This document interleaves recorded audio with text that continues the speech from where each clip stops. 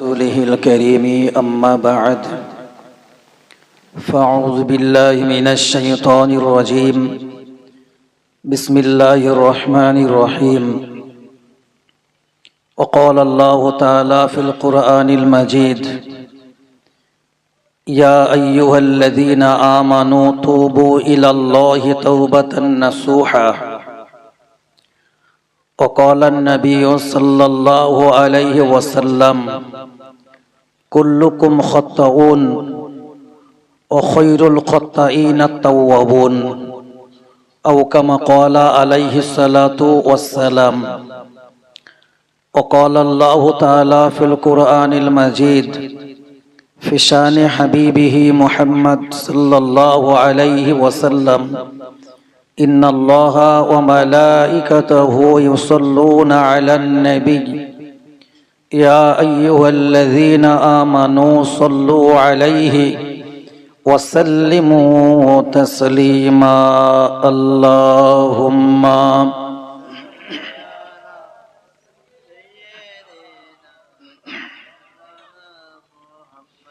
وعلى آل سيدنا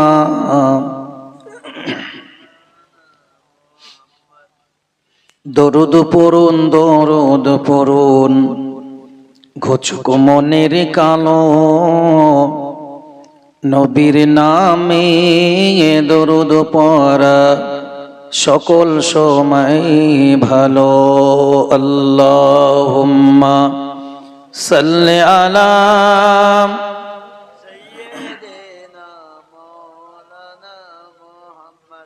وعلى آل سيدنا একটু মহব্বতে কালেমা জিকির করুন লা ইলাহা ইল্লাল্লাহ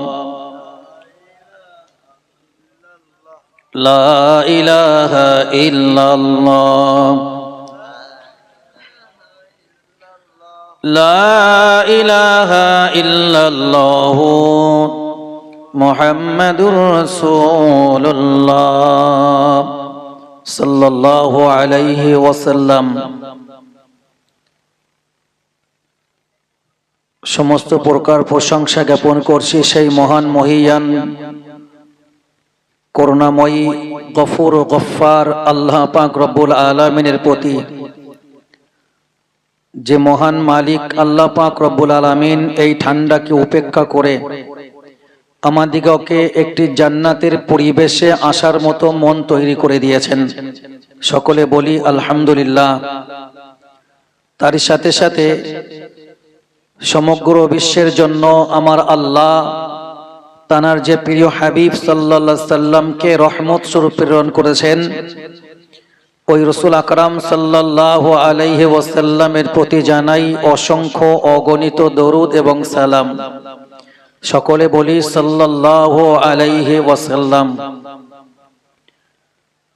আজকের এই অনুষ্ঠানটি, এই সবরাসানি মাহফিলটি কয়েক বছর ধরে চলে আসছে, বাৎসরিক এটি হয়ে আসছে এই 6 অগ্রহায়ণ।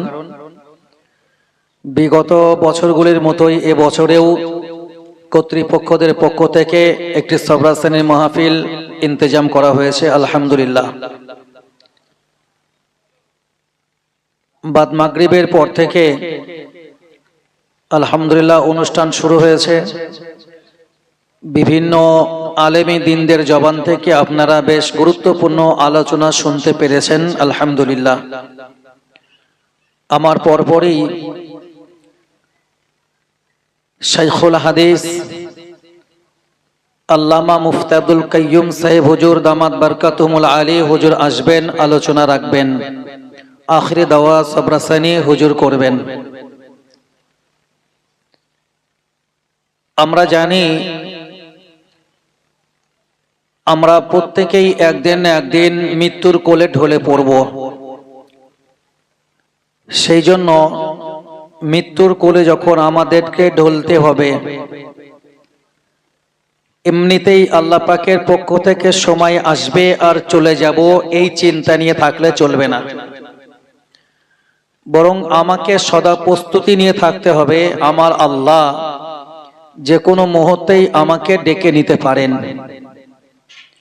আজকে আমরা যাদের রুহের মাগফিরাত কামনা করছি, আজকে এখান থেকে যাদের জন্য সবরাসানি করব, যাদের জন্য আল্লাহ তাআলার কাছে মাগফিরাত কামনা করব, এমন একটা সময় আসবে এই মজলিস থেকে আমরা যারা মাগফিরাত কামনা করছি আমাদের জন্য মাগফিরাত কামনা করা হবে, নাকি নয়? আমরাই শুধু মাগফিরাত কামনা করে যাব আর আমরা মরব না। যারা পরলোকগত হয়েছেন তানারাই মরণশীল আর আমরা মরব না, বিষয়টা এমন নয়। তানারা যেমন মরণশীল আমরাও মরণশীল, তানারা যেমন মৃত্যুবরণ করেছেন আমরাও মৃত্যুবরণ করব। শুধুমাত্র মারা যাবেন না আমার আল্লাহ। সুবহানাল্লাহ একটু বলুন, সবাই মিলে গলা ছেড়ে সুবহানাল্লাহ বলুন। আল্লাহর মহত্বের কথা, আল্লাহর শ্রেষ্ঠত্বের কথা, আল্লাহর ওয়াহদানিয়তের কথা, আল্লাহর একত্বের কথা যখন আমরা বলবো, তখন আল্লাহ সম্পর্কে কোনো বাক্য যদি আমাদের ব্যয় করতে হয়, এখানে আমরা এক বিন্দু কার্পণ্যতা করব না। আমি কি বিষয়টা বোঝাতে পারলাম? সেই জন্যই আমার আল্লাহ যে বললেন সব কিছুই ওই দিন ধ্বংস হবে। ওয়ায়াবকা ওয়াজহু রাব্বিকা যুল জালালি ওয়াল ইকরাম, কেবলমাত্র তোমাদের সম্মানিত মালিক আল্লাহ তিনি বেঁচে থাকবেন, তিনি বাকি থাকবেন, তার চেহারাই অবশিষ্ট থাকবে। তাহলে এখান থেকে স্পষ্টত প্রমাণ হয় আমার আল্লাহ ছাড়া বাকি সবাই মৃত্যুবরণ করবেন।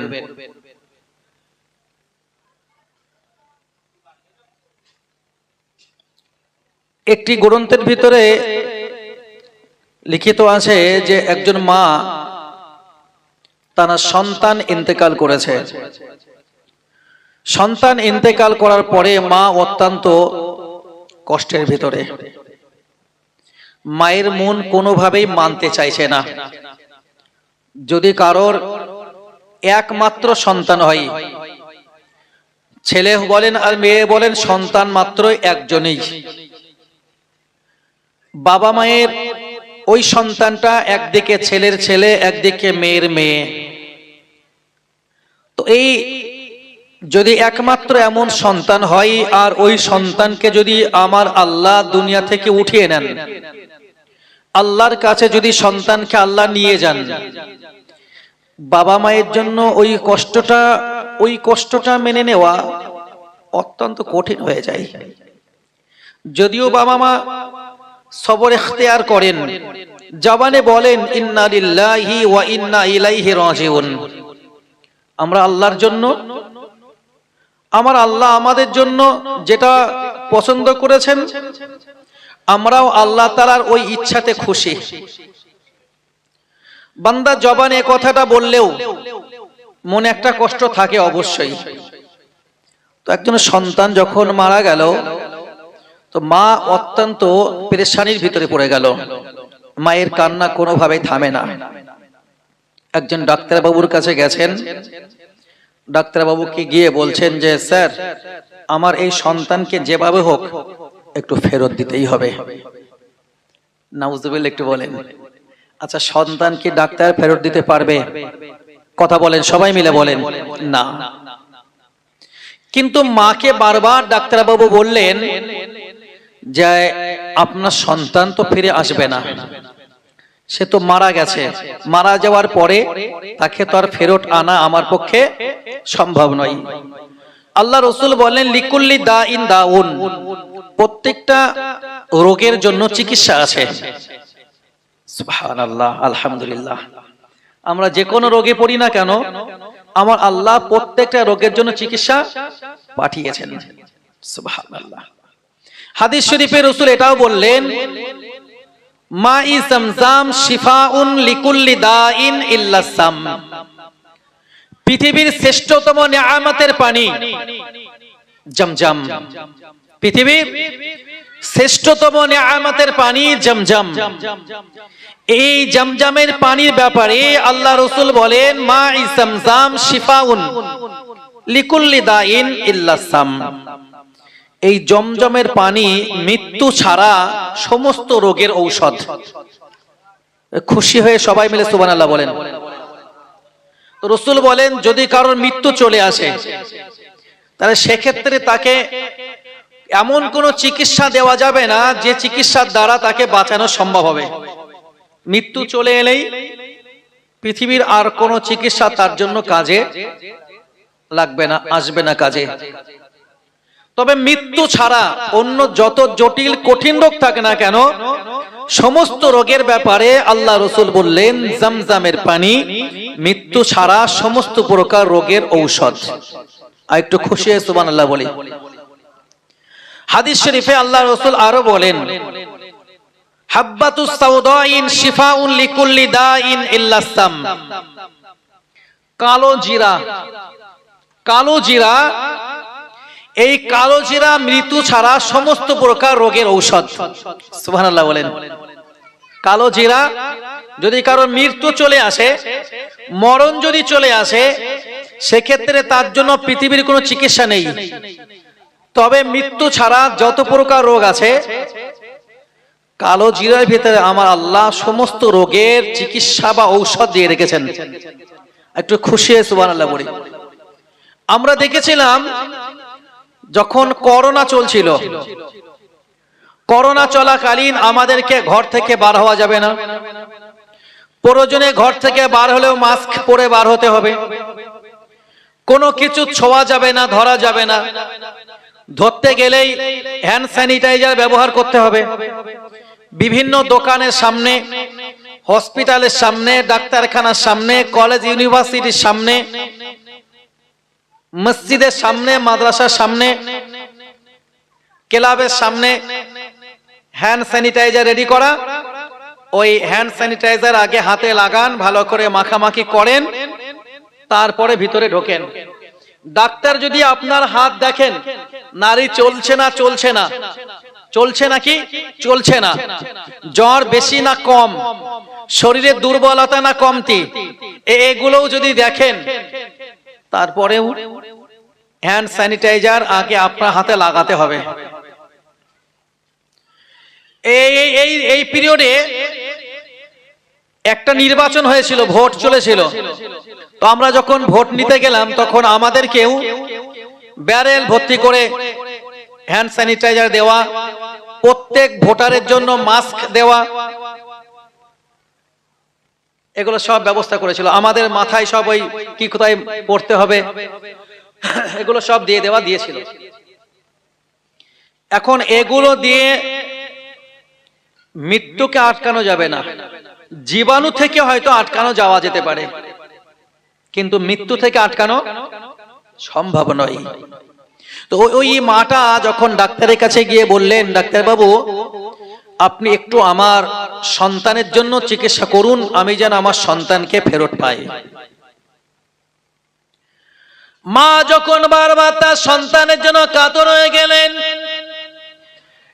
এক পর্যায়ে ডাক্তার বাবু বললেন, মা সন্তান তোমার দুনিয়া থেকে চলে গেছে, আমার কাছে এমন কোন চিকিৎসা নাই যে চিকিৎসার দ্বারা তোমার সন্তানকে তোমার কোলে ফেরত দেওয়া যায়।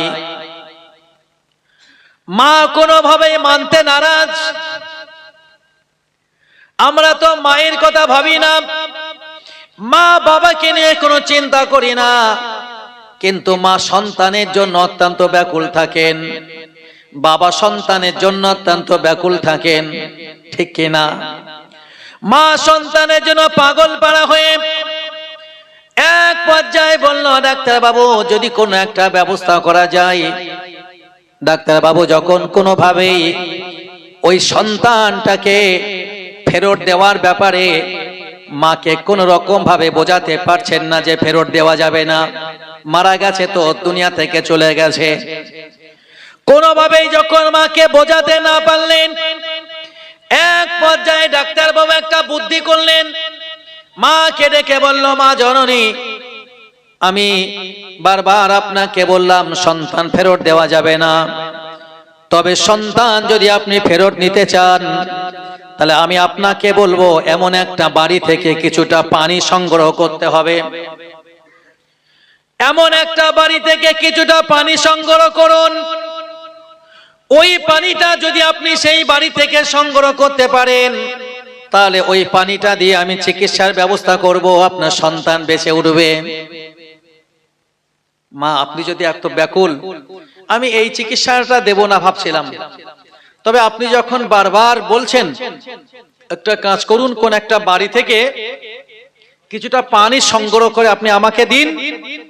ওই পানিটা সংগ্রহ করে আমাকে দিলে আমি ওই পানিটা পেয়ে আপনার সন্তানকে বাঁচিয়ে তোলার মতো একটা চিকিৎসা শুরু করতে পারবো।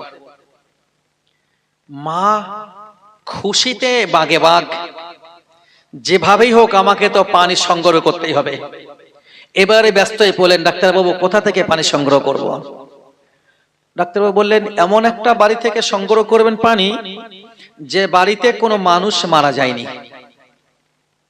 আপনি খুঁজে খুঁজে দেখবেন, যদি কোনো বাড়িতে কোনো মানুষ মারা যায় তাহলে ওই বাড়ির পানি চলবে না।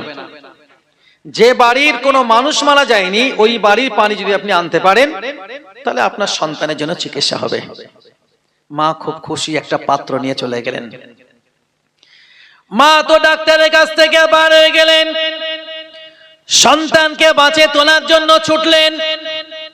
ছুটে ছুটে ছুটে ছুটে কখনো বা আত্মীয় স্বজনের বাড়ি, কখনো বা প্রতিবেশীর বাড়ি, কখনো বা এ গ্রাম ছেড়ে অন্য গ্রামে, এ বোলাক ছেড়ে অন্য বোলাকে, জেলা ছেড়ে অন্য জেলাতে, শহরে নগরে বাজারে বাজারে মা ঘুরতে লাগলেন। এইভাবে মা ঘুরতে ঘুরতে ক্লান্ত হয়ে এক পর্যায়ে ডাক্তার বাবুর কাছে ফিরে এলেন। এসে বললেন, ডাক্তার বাবু, আপনি যে আমাকে পানি সংগ্রহ করতে বললেন, এমন একটা বাড়ি থেকে পানি সংগ্রহ করতে হবে যে বাড়িতে কোনো মানুষ মারা যায়নি। আমি যখনই কোনো বাড়িতে গেছি, কেউ বা বলেছে আমাদের বাড়িতে তো এমন কোনো সিস্টেম নাই, কেউ বলেছে আমার মা মারা গেছে, কেউ বলেছে আমার বাবা মারা গেছে, কেউ বলেছে আমার দাদু মারা গেছে, কেউ বা বলেছে আমার দাদিমা মারা গেছে, কেউ বা বলেছে আমার ভাই মারা গেছে, কেউ বা বলেছে আমার বোন মারা গেছে, কেউ বা বলেছে আমার স্বামী মারা গেছে, কেউ বা বলেছে আমার স্ত্রী মারা গেছে, কেউ বা বলেছে আমার কলিজা টুকরা সন্তান মারা গেছে। না না না না, আমি এমন একটা বাড়ি খুঁজে পেলাম না যে বাড়িতে কোনো মানুষ মারা যায়নি। ডাক্তার বাবু বললেন, মা, যে বাড়িতেই আপনি গেছেন ওই বাড়ির কোনো না কোনো মানুষ মারা গেছে। সুতরাং এই জায়গা থেকে আপনি শিক্ষা নেন, প্রত্যেকটা বাড়ি থেকে যেমন মানুষ চলে গেছে ওই রকম আপনার বাড়ি থেকেও আপনার সন্তান চলে যাবে। আবার আপনার যখন সময় যাবে আপনি আল্লাহ ডাকে সাড়া দিয়ে চলে যাবেন। মৃত মানুষকে জীবিত করার মতো কোনো চিকিৎসা ডাক্তারি কোনো সিস্টেমের মধ্যে নেই। বাঁচানো যাবে? যাবে না। তো মারা আমাকে যেতেই হবে, এ ব্যাপারে কোনো প্রকার সন্দেহ নেই। তো আমি যে মারা যাওয়ার পরে আমার দরকার কি, করণীয় কি? খামাখা সময় হবে আর চলে যাব, বিষয়টা এমন তো নয়। আমি আমার বক্তৃতার শুরুতেই আপনাদেরকে একটি আয়াতে কারিমার অংশ তেলাওয়াত করে শুনিয়েছি, যেখানে আমার রব্বুল আলামিন আল্লাহ তাআলা বলেন, ইয়া আইয়ুহাল্লাযীনা আমানু, হে ঈমানদারেরা। কারা? কথা বলেন, কারা? হে ঈমানদারেরা, হে ওই সমস্ত ব্যক্তি তোমরা যারা ঈমান গ্রহণ করেছো তারা। ইয়া আইয়ুহাল্লাযীনা আমানু, হে ঈমানদারেরা, তুবু, তোমরা তওবা করো, ইলাল্লাহ, আল্লাহর কাছে। কার কাছে? আল্লাহর কাছে। কেমন তওবা?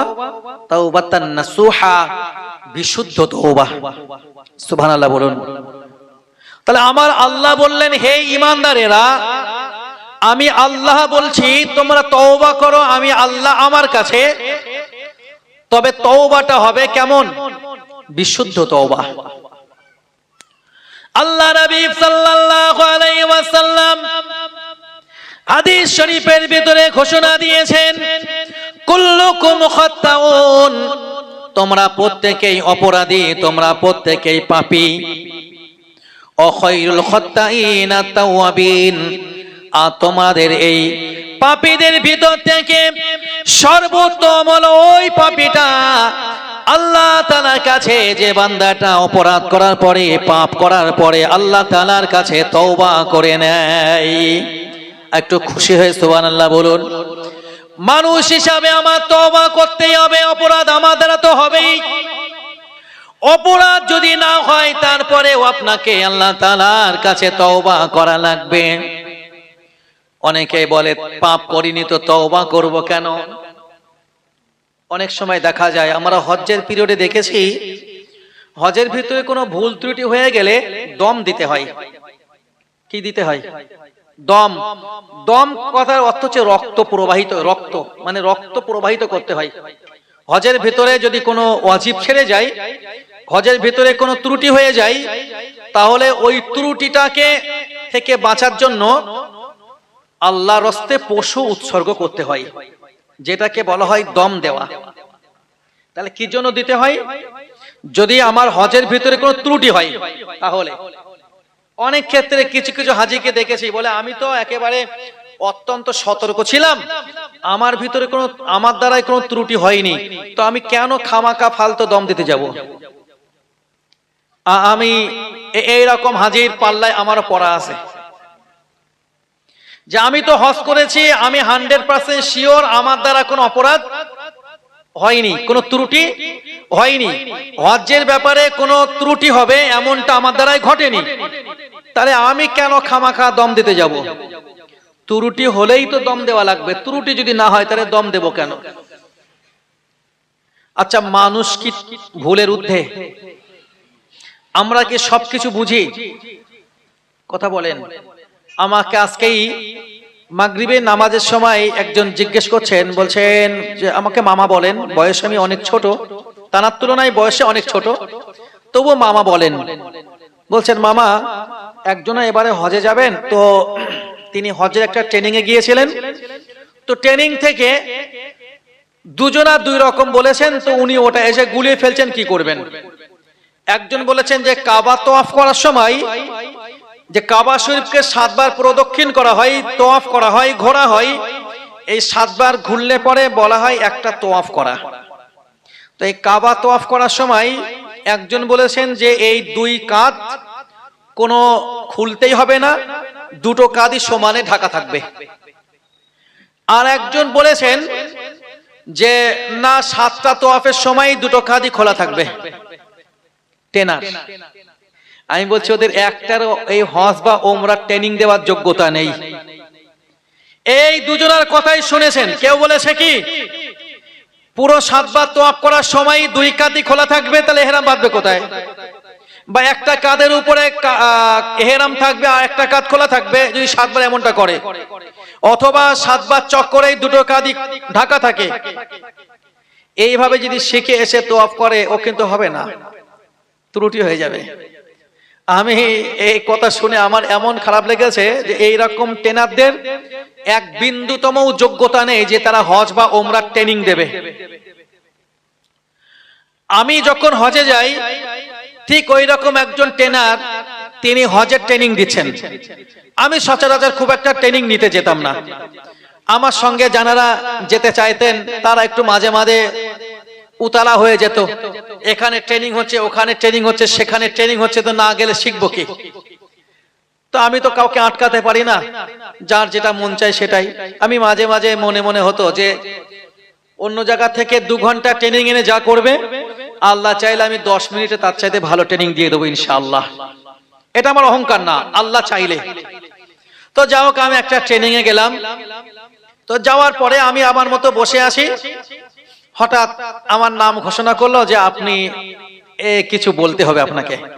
যাও, এলাম, দুটো কথা বললাম। পরে একজন ট্রেনার শুনলাম তিনি বহুদিন ধরে ট্রেনিং দিচ্ছেন, হঠাৎ বলছেন যে হজ্জের ওয়াজিব 10টি।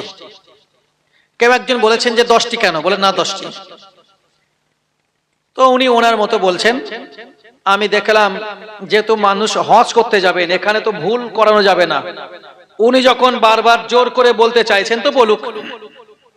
আমি ওনার পরে বক্তৃতা দিয়ে ওটা বললাম যে আমি এখানে প্রত্যেককেই তার নিজস্ব সম্মানে জায়গায় রেখেই বলছি, হজ্জের ওয়াজিব 10টা নয়।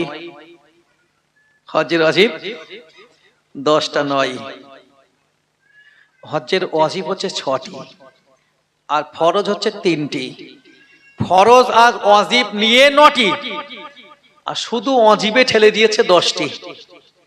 এবারে যে সমস্ত মানুষ হজ্জের মাসাইল পড়াশোনা করে না, হজ সম্পর্কিত কিছু পড়াশোনা করে না, তাদেরকে যেভাবে বলবে ওইভাবেই মেনে নেবে। তাই আমি বলবো, যদি কারো হজে বা উমরায় যাওয়ার ইচ্ছা হয়, ট্রেনিং নেওয়ার আগে কিছু পড়াশোনা করে যেতে হবে। বোঝা গেল? আর অবশ্যই সঙ্গে, বিশেষ করে আল্লামা রুহুল আমিন রহমাতুল্লাহ আলাইহি হুজুরের হজ্জের মাসাইলটা সঙ্গে রাখা লাগবে।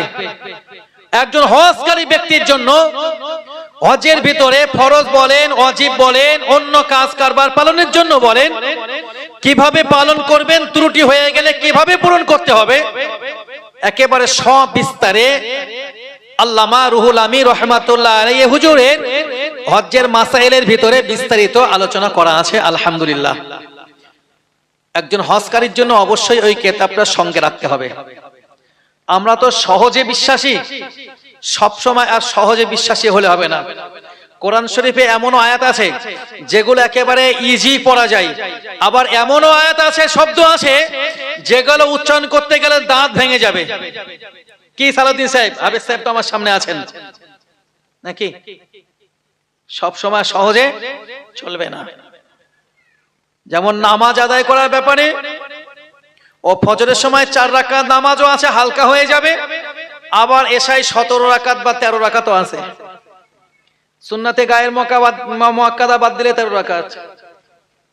তো সব সময় যে আপনি একেবারে সহজের পানির মতো চলবেন, বিষয়টা এমনটা হয় না। আমি আপনাকে বলতে চাইছি, আল্লাহ রাসূল বলছেন কুল্লুকুম খাত্তাউন, তোমরা প্রত্যেকেই পাপী। অখৈরুল খাত্তাইন আত-তাওয়াবুন, আর এই পাপীদের ভিতরে সর্বোত্তম ওই পাপীটা যার দ্বারা অপরাধ হয়ে গেলেই আল্লাহ তাআলার কাছে তওবা করে নেয়। একটু খুশি হয়ে সুবহানাল্লাহ বলেন। ভুল হয়ে গেলে কি তওবা করা। তবে ওই তওবা করাটা ওটা মৌখিক হবে না। মৌখিক মানে বোঝাতে চাইছি, অবশ্যই মৌখিক তওবা করতে হবে, তবে কেবলমাত্র মৌখিক হবে না। একটা অপরাধ করে ফেললাম, আস্তাগফিরুল্লাহ। একটা বাজে কথা বললাম, আস্তাগফিরুল্লাহ। এক লোকমা হারাম খাবার খেলাম, আস্তাগফিরুল্লাহ। কাউকে একটু ঠকালাম, আস্তাগফিরুল্লাহ। এইভাবে তওবা করাটার ব্যাপারে কিতাবে উল্লেখ হয়েছে যে শুধু মুখে মুখে তওবা করা আর তওবার উপরে দাঁড়িয়ে থাকার মন তৈরি না করা, এটা যেন আল্লাহ তাআলার সঙ্গে ঠাট্টা করা। নাউজুবিল্লাহ বলেন। একটু উচ্চ আওয়াজে সবাই নাউজুবিল্লাহ বলেন। কিন্তু আমরা ওই পর্যায়ে আছি না? নেই। আমরা ওই পর্যায়ে অনেকেই আছি। তওবাটা করার কথা তো তওবা করি। শবে বরাতের রাতে, অথবা শবে কদরের রাতে, অথবা ঈদের দিনে নামাজ পড়ার পরে যখন সবাইকে নিয়ে ইমাম সাহেব একটু দোয়া করবেন তার আগে, অথবা কোন আলিমে দিন শেষ দোয়া সবরাসানি করার আগে, অথবা যে পীরের কাছে বায়াত গ্রহণ করা হয়, পীর সাহেব বায়াত গ্রহণ করানোর আগে আমাদেরকে নিয়ে আমভাবে তওবা করান, খাস ভাবে নয়। কিভাবে? আমভাবে। আম মানে সাধারণ ভাবে। তো সাধারণ ভাবে তওবা করান। এমন অনেক মুসলমান আমরা আছি, অপরাধ হয়ে গেলে তওবা করতে হবে, তওবা যে কারে বলে এটাও আমরা জানি না। হয়তো অপরাধ তওবা তওবা তওবা, আসলে তওবা তওবা তওবা ব্যাপার না, ব্যাপার হচ্ছে আস্তাগফিরুল্লাহ নাকি? আর পুরোটা পড়তে গেলে আস্তাগফিরুল্লাহ রাব্বি মিন কুল্লি যামবি ওয়া আতুবু ইলাইহি লা হাওলা ওয়ালা কুওয়াতা ইল্লা বিল্লাহিল আলিয়্যিল আযীম। এমন অনেক মুসলমান ঘরে সন্তান আছে, দুকলি গান মুখস্থ আছে, মাগার অপরাধ করলেই যে তওবা করতে হবে, তওবা করার বাক্যটা মনে নেই, মুখস্থ নেই। এমন অনেক মুসলমান যুবক কেন, এমন অনেক বয়স্ক মানুষ আছে, আমরা তো এটা জানি মৃত্যু যে কোনো মুহূর্তেই রবের পক্ষ থেকে আসতে পারে। মৃত্যু কখনোই বয়স দেখে আসে না বাবা, আল্লাহর পক্ষ থেকে যখনই সময় হবে তখনই আল্লাহর জন্য নির্ধারিত সময় যেটি, তখনই আপনাকে চলে যাওয়া লাগবে। মৃত্যু কখনো কোনো বয়স চেনে না, বয়স বোঝে না, সময় বোঝে না, অর্থ বোঝে না, সময় হলেই যেতে হবে। তবু আমরা এটা তো বুঝি, একজন বয়স্ক মানুষ যখন তার বয়সটা অনেক বেড়ে যায়, দাড়ি সাদা হয়, মাথার চুল কিছুটা পেকে যায়, শরীরে এই ত্বক বা চামড়া যখন একটু গুটিয়ে যায়, গায়ের জোর একটু যখন কমে যায়, দাঁত একটা দুটো নড়বড় হয়ে যায়, কখনো বা পড়ে যায়, চোখের ভিতরে ওই দৃষ্টি দেখা, এই দেখার ব্যাপারে কিছু ত্রুটি হয়ে যায়, এখন আর পাওয়ার ঠিক নেই, চশমা নিতে হয়, কানে শ্রবণ করার ব্যাপারেও একটু যেন ক্ষমতা কমে যায়। এগুলো দ্বারা বোঝা যায় যে আমি বয়স্ক হয়েছি, এগুলো যেন আমার জন্য মৃত সংকেত, মৃত আমাকে হাতছানি দিচ্ছে।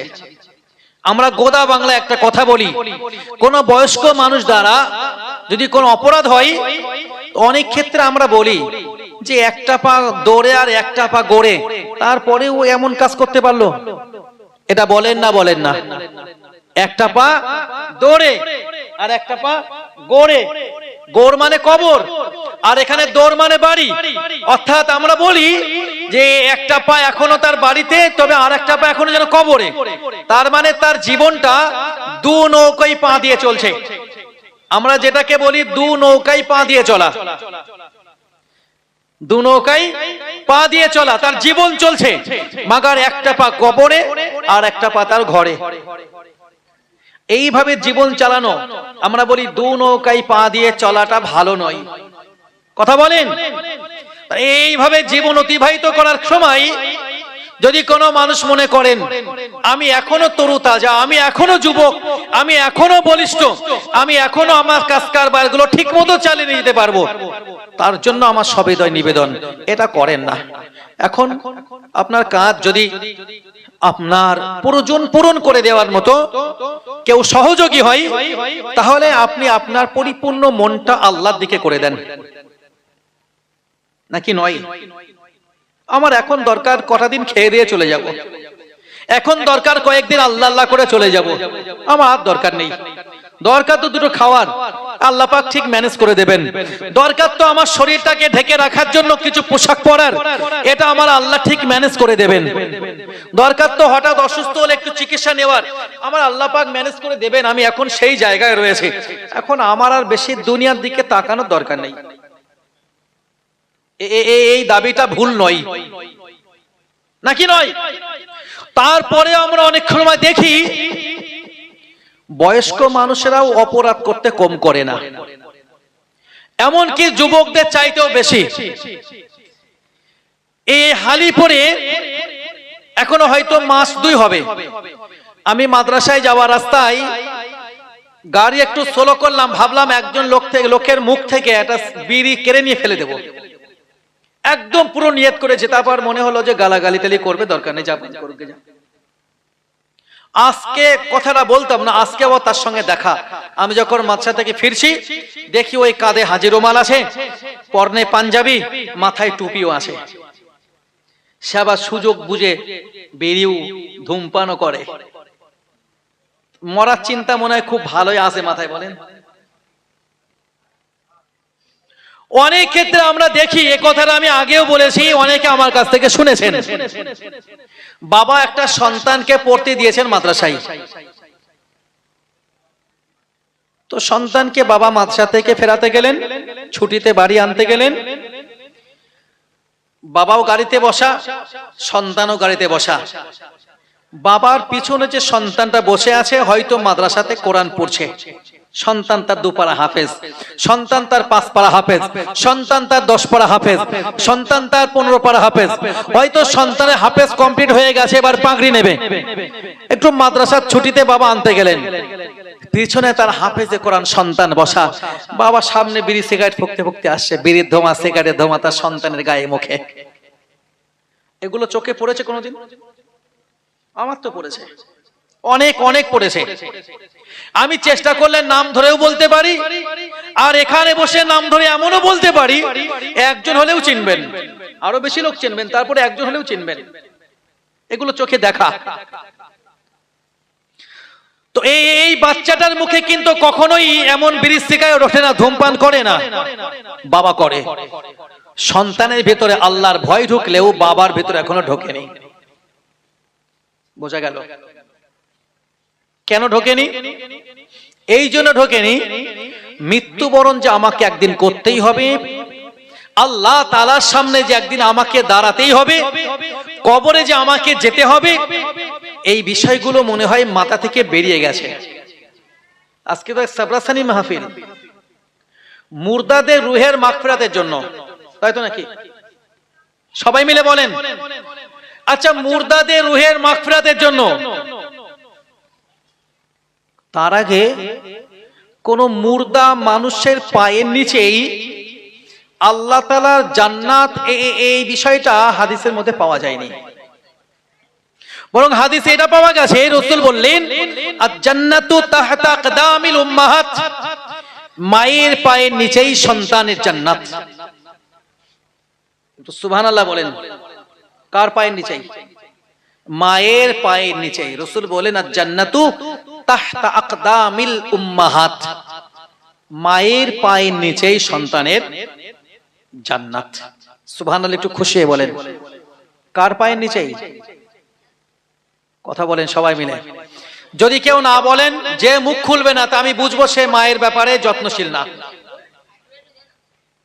সবাই মিলে বলেন, কার পায়ের নিচেই?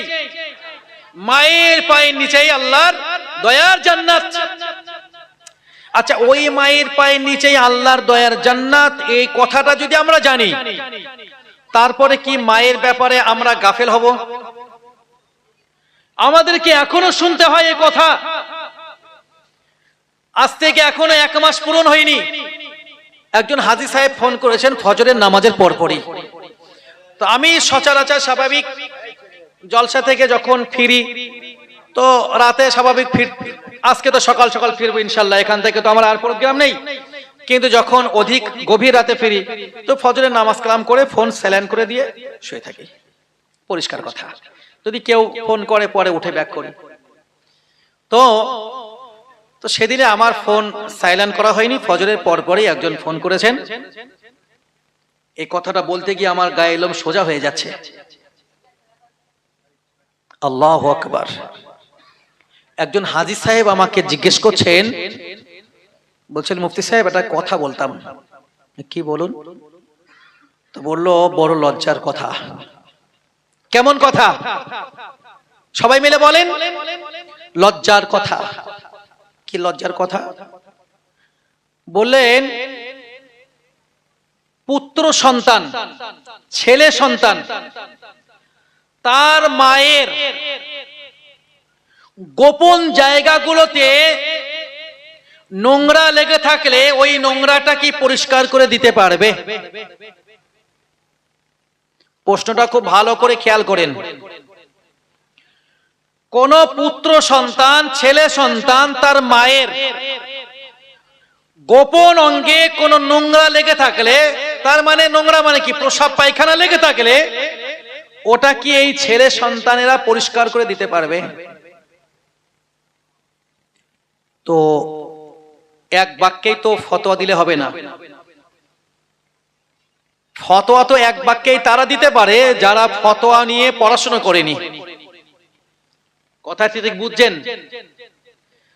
যারা ফতোয়া নিয়ে পড়াশোনা করেছে, এই ইফতা কোর্স যারা করেছে, তাদের সামনে কোনো প্রশ্ন এলেই দুম করে বলে দেবে এমনটা নয়। জানা উত্তর হলেও সময় নিয়ে বলবেন। তো আমি জিজ্ঞেস করলাম, যে হাজী সাহেব কেন, তানার কি কোনো কন্যা সন্তান নেই? তো বললেন, কন্যারা সব বিবাহিতা, সবই শ্বশুরালয়ে। বৌমারা? তো বললেন বৌমারা কেউ এ ব্যাপারে যত্নশীল না, শাশুড়িকে পরিষ্কার পরিচ্ছন্ন করে দেয় না।